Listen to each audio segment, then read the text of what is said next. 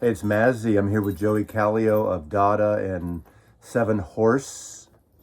Seven Horse, is that correct? Yes, I correct. said horses and I got bitch slapped. Uh, That's my job. it, it is his job.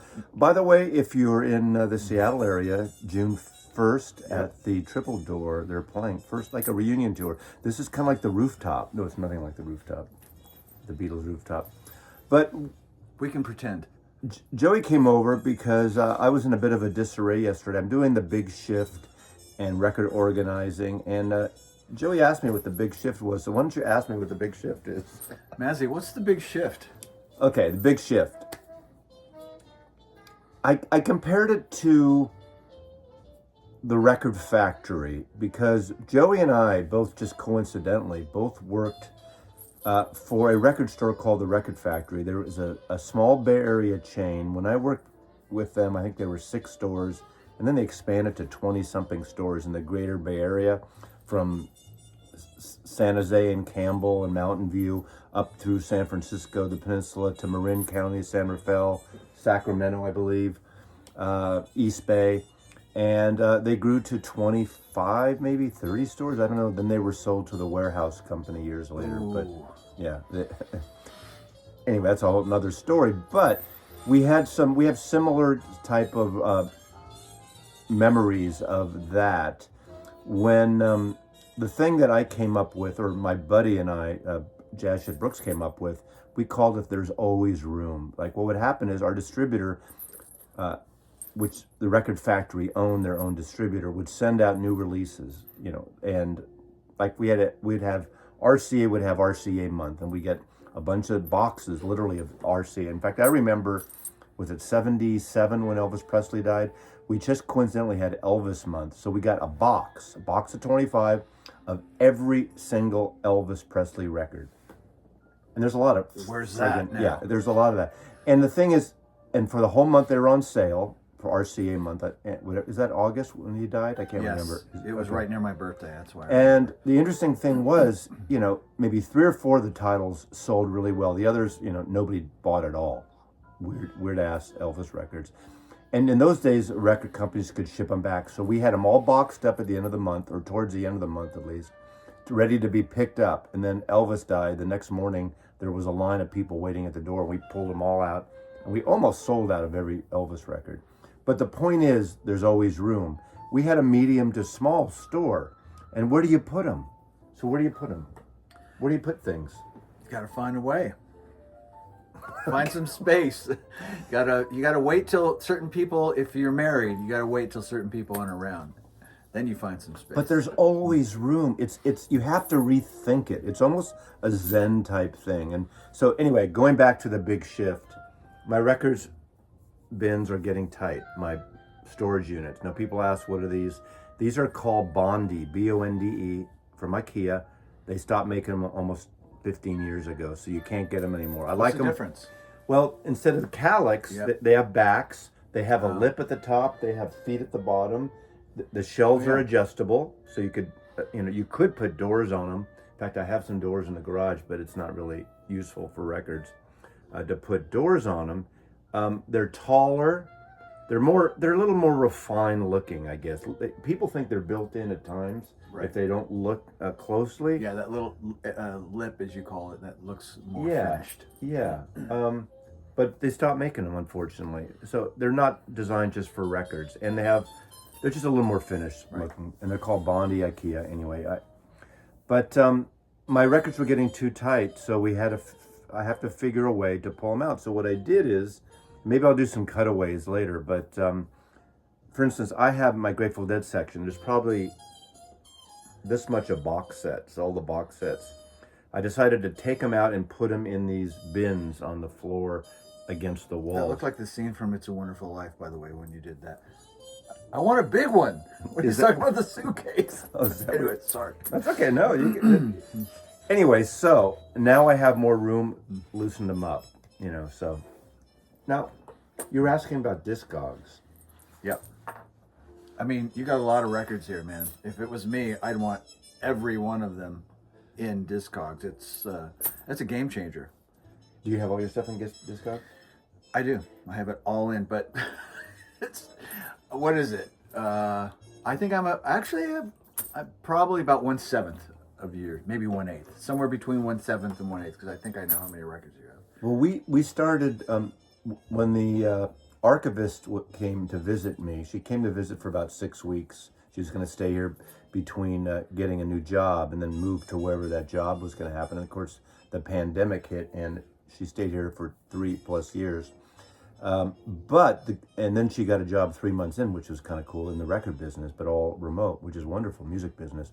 But was interesting, she really pushed me to start adding my records to Discogs. And the beginning was a shit show. We started the Beatles. My Beatle collection is not in Discogs yet. We did about 10 records. That's insane. And we said, fuck this shit. It is so hard, especially the first Capitol records, all the different pressings, all the different versions, the way things are marked. It's a nightmare. Old records are a nightmare for Discogs. I was just asking you, like, the dead wax. Do you have a special way of looking at the dead wax? I know I've heard people talk about having, the some sort of magnifying glass, or where some little table or something like that. To your right, there's a white stick there. It looks like a stick. It's a light. Oh, yeah. And it has different color temperatures. I use that to get close to it. I just eyeball it. I have a cheat sheet, which I don't give out because the archivist gave me this. Now, it's not complete, but she did a great rate. I can maybe make you a copy What the hell with is her that? permission. It's a cheat sheet of a lot of the coatings of that's dead killer. wax. Now, there are versions of this around. I think even on Discogs has it, but it has the identifier, the pressing plant, the engineer. But even with this, sometimes it's hard to read. Obviously, not RL, for instance. Robert Ludwig didn't always write RL, and Kevin Gray. A lot of the people, BG, didn't do it early on. Occasionally they did, but then That's not that's cool. But the problem for me is sometimes they're like really getting it in there, and other times it's like, I swear to God, it's like there's the wispiest like writing. It's like, is that writing? What is that? And no, that's it. That's the thing you got. It takes you an hour to figure out what it is. think about it though. When they were doing that in the 50s, 60s, 70s, especially, that's the period we think about. I guess the good or bad thing, and around 83, I think, is when barcodes started happening. Right. At least barcodes get you close. Right. It's not the final one. You still kind of have to look. And there weren't as many, well, especially in the later 80s into the 90s, there weren't as many copies pressed and versions and pressing plants. But early on, these people that did the dead wax a little bit, they didn't think some idiot, Right. some wanker like us are going to be looking to catalog this shit. They're going to sell the record, on to the next one. Yeah, they're done. Right? Yeah. Why did they even bother? I wonder why they even bothered doing that. What was that? Why do you think they put like They specialty gotta press? keep track of the masters, what they're pressing. So, I mean, the biggest disaster would be, we just made 500,000. It's like, wait, this is the wrong one. So, I mean, they got to be. So they'd know that's where. that's a serious business. I get that. You don't want to make a mistake when you're making mass pressings of the Bee Gees or something. Now, you worked in record stores and you collect records for a long time. We're a few years apart, age 5 years or whatever, 6 years apart. Back when you were collecting records in the 70s, did you ever look or think of looking at dead wax? Not dead wax, but I was a nerd. I cleaned, I polylined. The polyline bags were those ones with that. The perforation? No, the ones with that like Greek kind of gold thing around the cutout. I don't know if you remember that, but I just found one in my collection. I was like, oh my God, I remember these. Yeah, and we had outside covers because the main thing for us, I mean, okay, we bought regular pressings, American pressings, but imports was the shit. Yeah. I mean, just any import. It wasn't like now where it's like, no, it's the UK versus the German or this or that or this or that. Just any, especially UK. And anything like progressive rock, you want the UK. And that was it. Love that stuff. I only put outer sleeves on my UK pressings, like the Beatles UK, partly because we all know now, Americans know now. I don't think people really realized it until they started buying imports in the 70s. They were very thin covers. They were kind of laminated covers for the most part. Like the Beatles were laminated, unlike most of American covers, but they were thinner. And remember, in the UK, they were not shrink wrapped. So that's why when you there was a company called Gem was one of the big importers, a few importer companies. When you got them, they had the loose bags because you can't shrink wrap and tighten that really loose cover. That we liked the thin ones Yeah. in my little group. That we loved it that it was thin. What little group is this? Just me and my.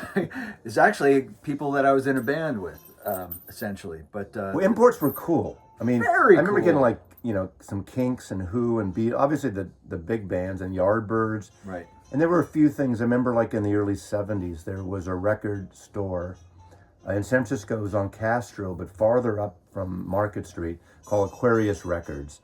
And they moved several times over the years. And Chris Nab was one of the owners. And that was the coolest place, one of the coolest places in San Francisco to get imports. I mean, you could get imports at Tower. The chains like Record Factory and the indie chains. I think there was, those kind of chains, they specialized. But the guy, Chris Nab at Aquarius, had the coolest, the weirdest stuff. That's where I would get I remember he was really into the Move. And I really got into the Move because of Chris Nab.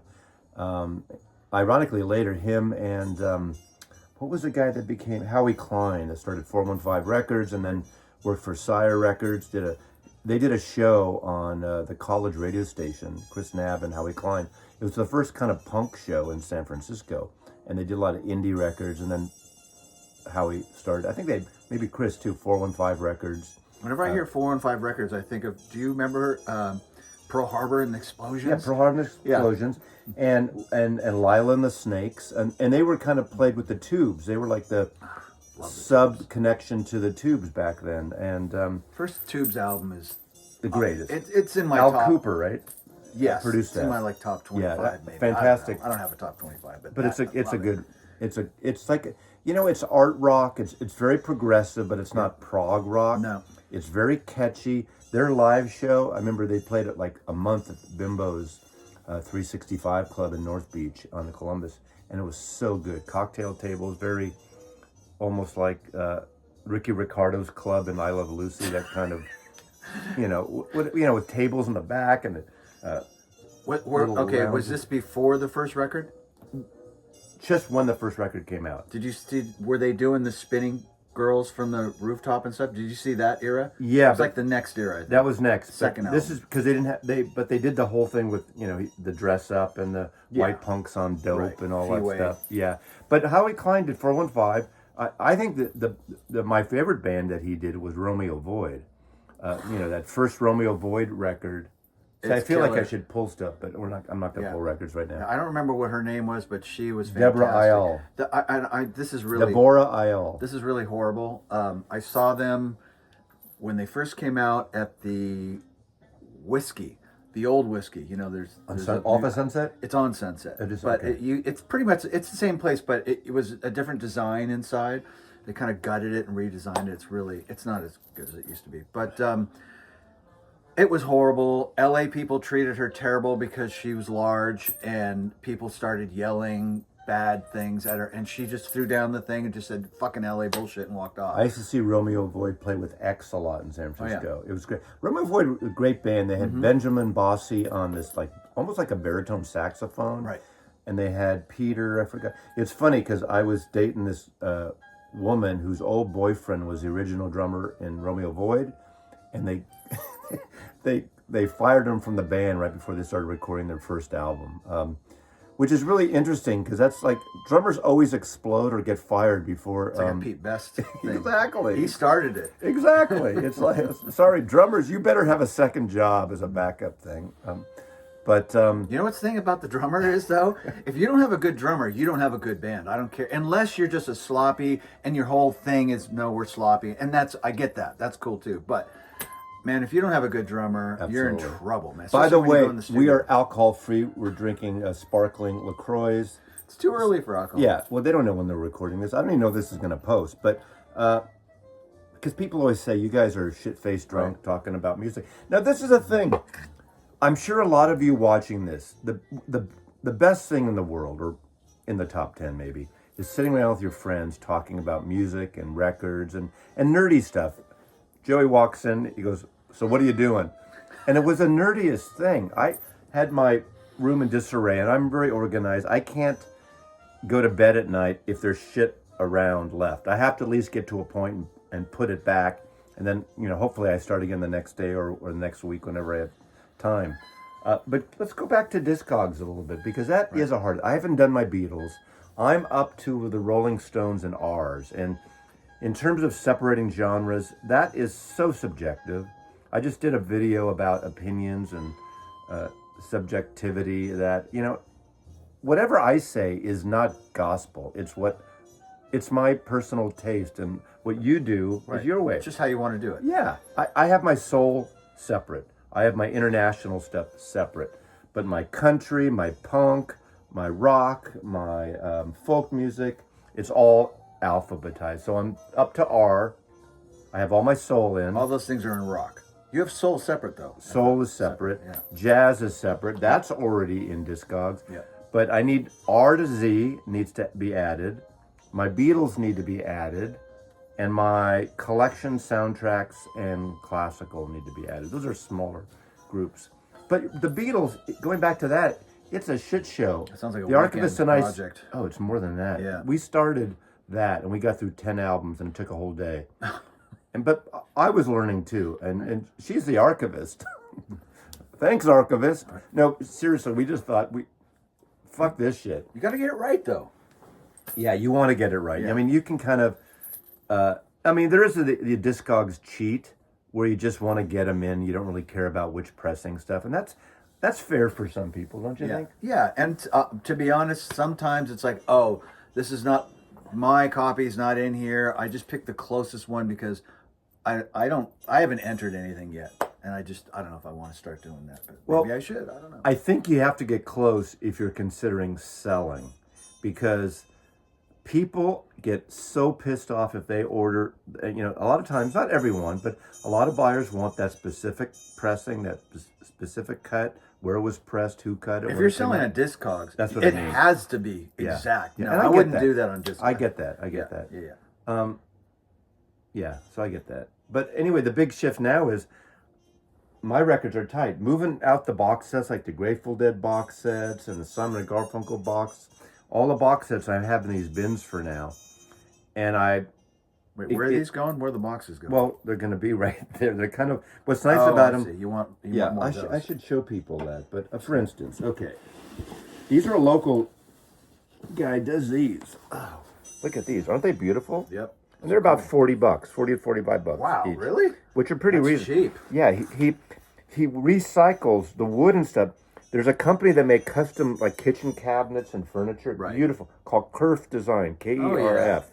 Beautiful, like mid-century stuff. Mm-hmm. He takes the scraps and makes these box sets. That's cool. And they sell them like Sonic Boom and some of the record stores. In fact, Turntables and Trails I've never been to. They just got an order. But I can lift them out so they can be in front of some records, and I can pull them out to get to the records behind. If they were permanent, if you just had them lying there on the floor, to get behind it, to lift a pile of records like this, it's hard. It is. It's physically, so it's a compromise, but it's a workaround. Again, it's a solution to there's always room. I have a few DJ boxes that I got. Like they're nice. I think they're made out of pine or something. At what's the Hawthorne Stereo. Oh yeah. They're not cheap though. Yeah. They're expensive. Well, a lot of people don't want to invest in storage. That's why the Calyx is so popular. It's the best bang for your buck of any storage solution. If you put it together right, and that's the key, put it together right. Do not rush it. Don't think, well, I'm just going to squirt some like wood glue or something. You don't need glue. You just need to do it right. And it's good to add, I still think it's good to add some sort of backing. Get a veneer or something and tack it to the back. Because you got to push something. I mean, if you're up against a wall, you can push it back. I get these strips. They sell them at Turntable Lab and some other places. And the double stick tape they give you sucks because you eventually push it through. But these are badass. They have you don't even have to deal with that. You have these, but yeah, I get these. Or you can get little strips of wood if you cut it right. Those little just dowels. That's well, they're not dowels. They're like kind of like a rule, like a 1/4 inch. Thing. Yeah. And then you just I use Velcro actually and Velcro them in, and that's good. But you could even do thick things of foam core or gator board, and glued 2 pages. You don't need to do the whole back. You just need enough. Exactly. So That's what I have. You don't push it. Like I have a problem here. I don't know. I got a solution. I need a solution.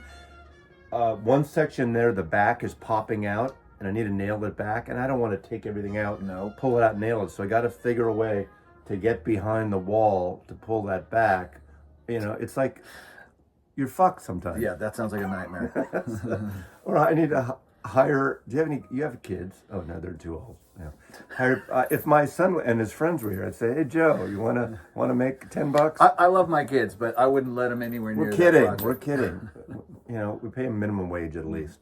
Yeah, but so the next project is moving my. I have 3. The very bottom here, I have 3 squares of international music. My analog Africa, Love that. Japanese music. What about Mr. Bongo? Do you collect that? I don't have any Mr. Bongo. What? I don't think I do. No, I have Japanese. I have Israeli. I have Jamaican. My reggae is there. Right. You know, now it's not all. It's sort of foreign language, international. Because when you say international, people in England and around the rest of the world think, "Wait a second.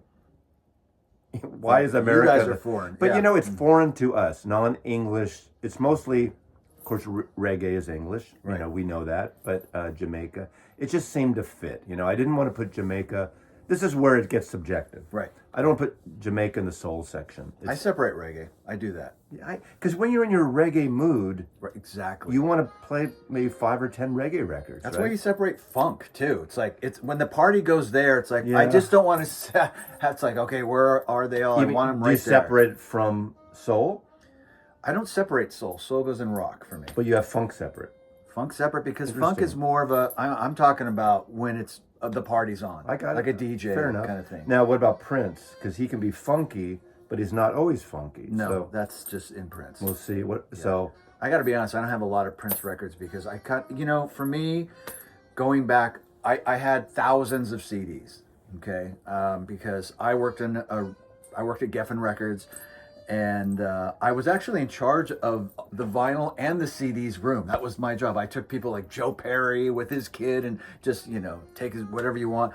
And then my wife, Christina, she worked at Geffen with me. that's and where you met, right? That's where we met. And it was like a secret. And they We had fell in love. We had to keep it a secret. And I saw Mad Men. I know how it works. Yeah, I'm not even going to go there right now because people, this is a side tangent. This is my take after working for 4.5 years at Geffen Records, who were just like peaking when I was there. I mean, it was their biggest era. They party harder than any musicians, of course, Record company people? Yes. Yeah. I'm not saying that there's no musicians that I'm not talking about Keith Moon or people that have died, blah, blah, blah. But just in general, man, they were crazy at parties. I mean, crazy at parties. It was like, I can't believe you guys are still alive, but whatever. Record business parties can be crazy fun, but crazy over the top, crazy dangerous. Yep, very, very At much least they so. used to be. I don't know what it's like today. Well, also crazy lawsuit filled. Anyways, Well, yeah, I'm we'll sure. stop talking Settlements. about that. Yeah, but my point was she would get free stuff. I would get free stuff. I would buy stuff with the money I made. And then I got signed to IRS. I used to get bags of stuff from IRS, the stuff they had. And at first they were EMI distribution, and then they went to wherever I can't think of where they switched to. I don't know, Universal or whatever it was. But in general, my CD collection, I had about 4,500, whatever CDs. I swapped all those except for one little bundle for vinyl. So I didn't get, I went from 45, believe me, I think I took 45. How do you make 4,500 CDs turn into 500 LPs? I did Well, it. if you got 500, that's lucky. I mean, I sometimes did. you might get 3 the way they use record charts give you for trade. And That's sometimes- true. Especially like all I got to be honest, they were all like promo stuff, right? That's a good topic in a way, in promo records. You and I both worked, when I worked again in the 70s, 70s to early 80s was my primary record period when promos were plentiful because they were like free, cheap, to supplement. We didn't get paid a lot working in the record stores, but you get promos, you get show tickets, things Right. like that. for a while you were getting bar tabs, and they kind of slowed that down even in the 70s. But you get promos, and some people, when I do my whack-a-moles or show my records, say, how can your records always look so in good shape? Part of it is, I remember in the 70s, you were getting so many free records, whether you signed out, 10, 20 records every week, you would sign them out, and then you'd have to bring back to trade or pay for them, or bring other things to match the list price, because stores could return records back in those days to distributors, unlike now, they get stuck. But a lot of records I would have, just for instance, Fleetwood Mac Rumors. I got that record, and all those records around that time that were huge records, I got them because I wanted them, but I hardly ever played them at home because I heard them so fucking much in the stores. And all these records, I'd get promos, I liked them, but I'd hear them at stores or other people's houses, so I would never wear my records out. The cliche of wearing out a copy of Led Zeppelin 2 or a David Bowie records, or rolling a joint in the middle of a Jefferson Airplane record. I've done, but I've never worn out a record. Right. I've never either, but my cover, and I never put those records in plastic sleeves except for the imports, and I never packed them as tight. I mean, probably tighter now, but there was about a 17, 18-year period that my records were in storage during the CD era. Right. And then which is dangerous, but it is. But I pulled them out again in 1995, and I sold a third of them. That's kind of where I was going with the Prince thing. The reason why I don't have a lot of bands like Prince, or just bands that I used to have tons of CDs. I've been on tour basically on and off since 1992, and back then I would have a CD player. I just listened to certain records too many times. That just isn't where I'm going with my vinyl collection, if that makes any sense. If I want to listen to Prince or any band like that, I can always stream it, which I hardly ever do, but at a party every once in a while I'll throw it on. Yeah, I've said this before. I'm looking at this picture here just because I've showed this many times. Those of you who followed the channel, this is my friend Coleman, who died, almost 4 years ago now, 3.5 years ago. And that's the first thing we started selling records, and curated his collection. And he had an R&B band for 40 years, soul band called Pride and Joy in the Bay Area. And I literally doubled my soul collection. And that's when I separated my soul collection and made it separate, because I doubled my collection. And to me, when I'm in the music for soul music, I like playing a bunch of soul records. And then when I did that, the archivist, as a Christmas gift, I guess, had this custom made for me, the Coleman collection. So this is really cool. They don't. This is a great company, Copel Design. They do these great headers. I don't think they do any custom ones anymore, but this is my soul section. I'm calling it the Coleman collection. It's a sentimental thing. And I thank the archivist for that. It was kind of like, that's cool. It's really cool. Yeah. I mean, no one else would get it unless they know about it. But I was going to ask you before, when we were talking about imports and stuff, did you ever go down a little into the South Bay Area, like Los Gatos and maybe not Saratoga, but Los Gatos, to buy records? There was a record store in Los Gatos on Santa Cruz Avenue, and it was called the Galactic Zoo. I've heard of it. When you walked in, it was about this. Well, no, it was bigger. Was it mostly import stuff? Yeah, it was a lot of imports, but they also sold, not unlike the Record Factory, drug paraphernalia. Yeah. But that's where I got all my imports, was that place, the Galactic Zoo. These two guys, Tim and Greg. Greg Stone had Stone Trek. Remember that? Oh yeah, I do remember that. He was. They were brothers. They would run it. Man, some crazy times. I'm working on a possible book about the Galactic Zoo era. Oh wow! Yeah, that's a good thing.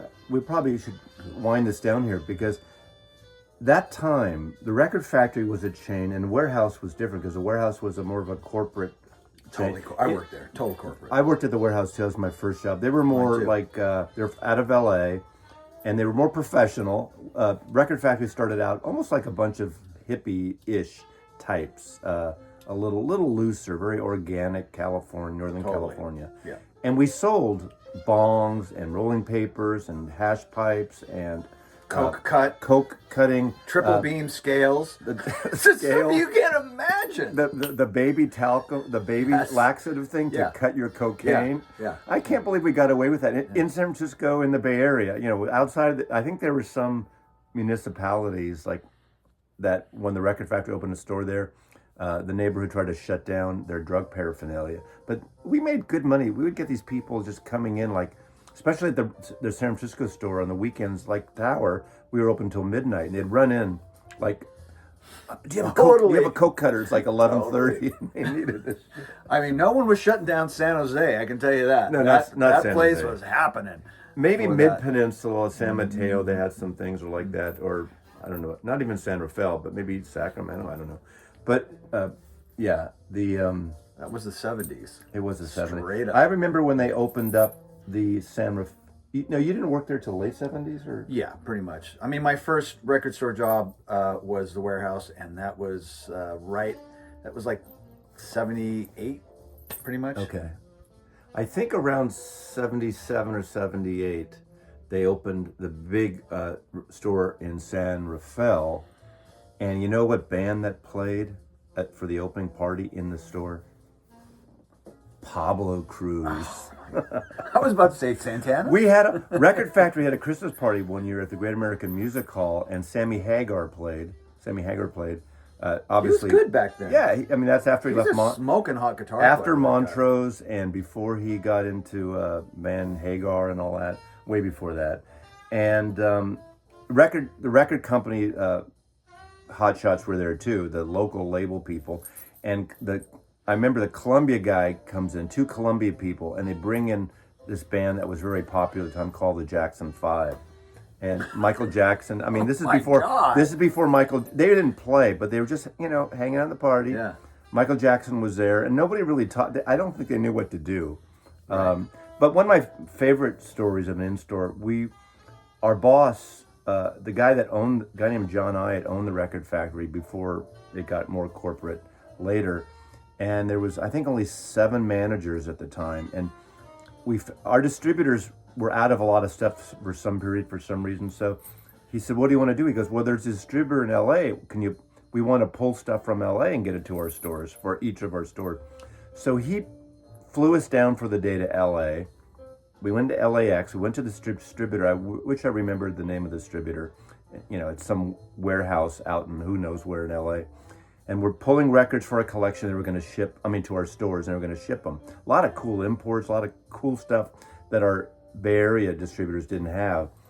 And again, talk about in-stores, that was a big time. I mean, it happens now, but bands coming in to do signings and hang around. And this was 76, because the band that showed up were the Ramones. Oh, cool. And they were just standing around. There was probably 7 managers, maybe about another dozen people pulling records for other stores. Because they call it a one-stop. And the Ramones are just looking around, standing around. I don't remember talking to them. I don't know why we didn't get up and have them sign the album. The first album came out. I hadn't seen them yet. I saw them on the first tour at the Savoy Tivoli. But those are the kind of memories, like what if, What if we had an iPhone camera there and I could sit and have all the Ramones just talking about, this kind of stuff 40 years later, 50 I met the years Ramones later. at the Palladium. A friend of mine was A&R for Warner Brothers / Sire, and he got me back. The thing I remember, first off, Johnny and Joey were the only 2 autographs I got on the backstage pass, which got stolen later. But man, first off, super nice, very tall. Yeah. These guys were tall, and they were like this big around, really thin. Aside from that being that thin, Yeah. who does Joey Ramone look like? Rachel's ghost. I wasn't going to say anything. There's no way I was going to say a word after that. Okay. Any last rights? I will. Organize your records. I was just. I'm sorry, another stupid record store story, but it's great. I worked at the warehouse. They used to rank the warehouses. Did you know that? The best one. I don't even know what number store I was in. We're number 28 or I don't remember the 47. number of the store, but I remember what we were ranked in San Jose, dead last. Really? So it turns out is in sales or a combination of things? everything. Okay, and God, I got to be careful about what I say. But it turns out Statute of limitations are probably. You think so? I don't know. Well, there were higher ups that were taking just straight cash. There was a person who was every day filling up a garbage can with cassettes and throwing it out in the back and then coming back that night to get it. Just stuff like that was happening. I did something. I smoked weed in the bathroom during Christmas, and boy, okay, I'll just say it. And because I had really long hair back then and I was a musician, somebody came up to me and said, "Hey, can you score me some Coke?" And I was like not into Coke at all at that point. And it's like, yeah, I could probably, I know people that can get it. So I got them like a quarter.